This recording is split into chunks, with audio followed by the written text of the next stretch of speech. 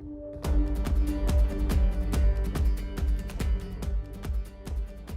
next speaker is Keith Ritchie. He's the Head of Communication and Government Affairs at Siemens. He has 28 years of experience helping companies reach their business goals through communication.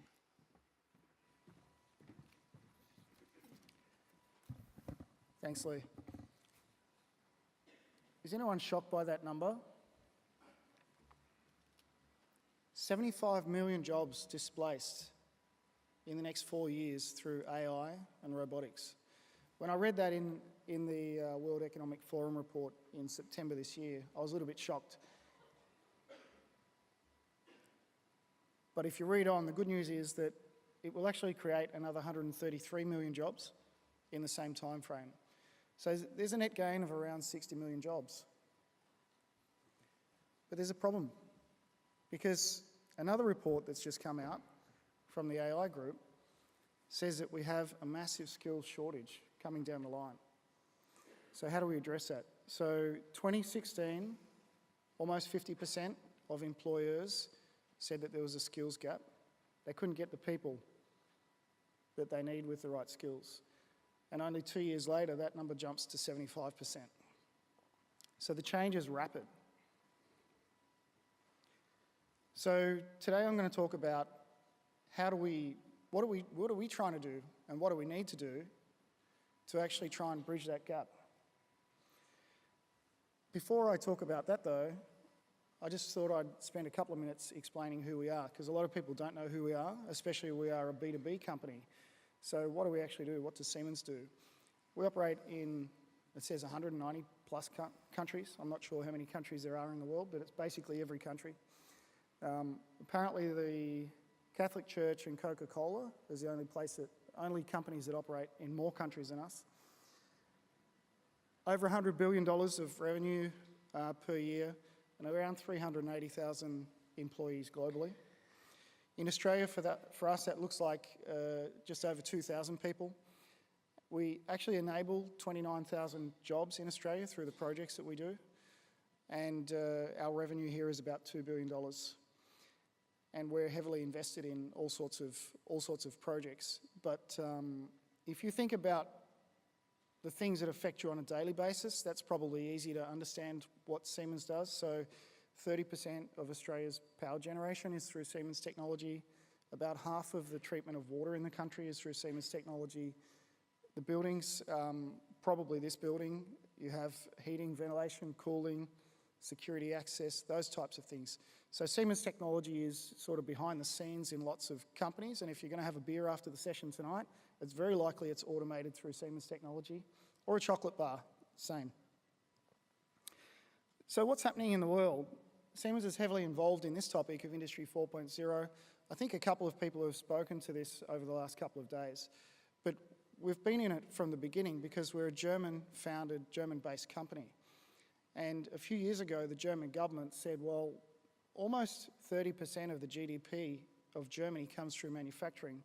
We know the world's changing, and they brought together experts from industry, from academia, from the unions, from government. They put them in a room and said, tell us what's actually happening. And one of those companies, of course, was Siemens, because we're one of the largest companies in Germany, largest manufacturers. And we came up with a concept called Industry 4.0. So we're entering into the fourth industrial revolution. The first was mechanics and steam. The second was mass production and the division of labour. So if you think Ford Motor Company, for instance, you started to have access to the common person to get a car through mass production. The third industrial revolution really came about in the 60s with the invention of IT and the first PLC, programmable logic controller, so the entry into true automation. And now the fourth industrial revolution is really IT and automation are coming together. And the advancements are so rapid and so powerful that the traditional steps are disappearing. And anyone who was expecting to see Nicolette Barnard speak today, I'm actually the digital twin of Nicolette because she called in sick last night. And digital twin is a concept of Industry 4.0. In a digital world, you create exactly what it is that you want to create in a physical world. That's probably the best way to describe it. And it allows you to rapidly prototype things at a very low cost. So if you think of a Callaway, anyone play golf here? I play badly, but there's one over there. If you think of a Callaway golf club, those guys are bringing new golf clubs to market every few months now because they're using digital technology to test everything before they physically prototype anything. Only a few years ago, it would have taken about 3 years to bring a new set of golf clubs to market. So there's a lot of examples like that that represent the things of the fourth industrial revolution. We've entered into something as a company. We decided that Australia needs some help to prepare for the fourth industrial revolution because we've been in the country for 146 years and we really want to be in the country for another 146 or more. And that means that we have to have successful industry or we've got no one to sell to. So it's a little bit selfish, but it's good for the country if we can have a successful industry overall. And John is someone that we've been involved with from the very early days. I've travelled to Germany with him and he's seen what's going on with this type of technology and why Germany is really leading the advance on that. So we decided that we'd look at the vocational model of Germany, a 500-year-old model where vocational learning is critical. And in that, this is an interesting quote from The Guardian. Everyone salutes gold standard apprenticeships. More apply for a place at Rolls-Royce, Siemens, British Aerospace than those at Oxford and Cambridge combined each year. But we need an ecosystem to bring that to life. So we think that industry's got a much more powerful role to play in collaborating with education in the future. But it's more than just that. It's education, it's unions, it's government, it's community, it's employees to prepare for what's happening in the fourth industrial revolution. To bridge that gap that I talked about earlier, the skills gap, we have to evolve and change the way that we educate very quickly. So part of what we've been doing there is that we said, well, for Australians to really compete, they need to know what the tools are that are being used around the world. So the digital tools. Siemens is the largest industrial software company in the world today. So a lot of the digital tools around actually come from us. And so over the last 18 months, we've undergone a process of selecting key partners to provide these digital software tools to. And so far, we've granted over $1 billion in the last 18 months in Australia of industrial software. You can see there that original partnership with Swinburne University. We've got one with University of South Australia, that's Christopher Pine and the Premier there. We announced with Matthias Cormann and our global CTO in Western Australia, and we've got others coming up shortly. With that, with those grants comes an expectation to partner between universities and TAFEs and industry to deliver a unique apprenticeship program, the Industry 4.0 Advanced Apprenticeship. Here we've got a first of its kind apprenticeship. That's Minister Karen Andrews, who supported that through funding. She visited the apprentices at Swinburne. One of our apprentices in the middle there actually showcasing latest technology only in August this year. So we launched our product called MindSphere, which is a big data analytics platform, and he's sharing that with customers. And on the right there, because it's more than just about learning technology, it's learning life skills and social skills. That's the apprenticeship team, and they've been running Code Camp in January this year for Siemens employees, for their children to learn about coding.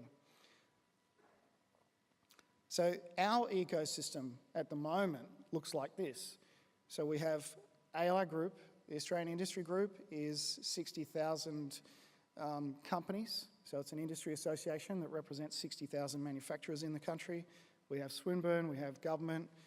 The AMWU is part of the Prime Minister's task force that was mentioned for John. So we helped establish and chaired the Prime Minister's Industry 4.0 task force. And this year we've actually got the president of the AMWU joining that task force because we said, actually in Germany, it's integrated in the way businesses work. How do you take a labour force forward and prepare them for the fourth industrial revolution if you don't have everyone representing the labour force there. Our employees and Germany is heavily connected to this. So the apprenticeship model that Siemens runs in Germany was a key contributor and partner in this, as Siemens Professional Education Centre in Berlin. You have people like the Trumps have been there recently to visit and learn about that.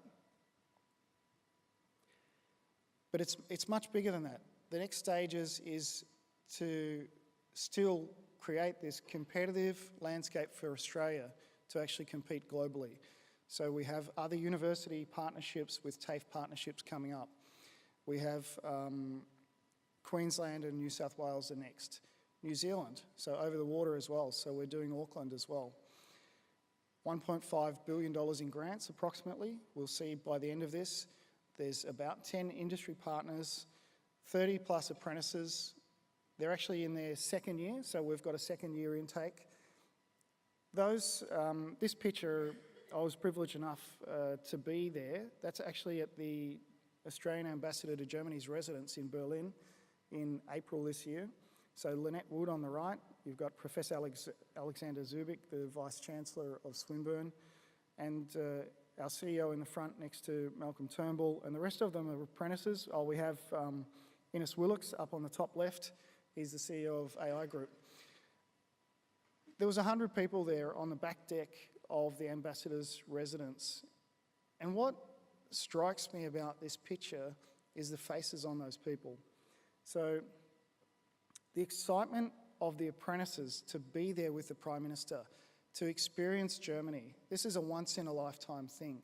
And I don't know every one of the apprentices, I've met them all, but I know some of them really, really well. So each of them has an incredible story. They don't come through traditional channels. Some of them have come through, actually some of them are qualified engineers. Some of them are qualified geologists, and they decided they wanted to get hands-on. They wanted to learn in a different way. Some of them have come straight out of VCE. Some of them have come out of beauty school. So there's one lady there I want to highlight just behind the Prime Minister. Her name's Gabby. And her story is terrific because she had to drop out of school very early. She became a single mother and she really needed to work. She became a beauty therapist and she worked in that area. She saw this come up and decided that this was for her. She wanted to get back into something that was more technologically based. And so we got her into the program. In Germany this year, she actually presented something to the Prime Minister. She presented a 3D printed item that she had designed herself that helps solve a safety problem for Siemens globally. So that's the sort of thing that we can do to bring Industry 4.0 to life, but it really requires the whole ecosystem to come together and work. Thank you.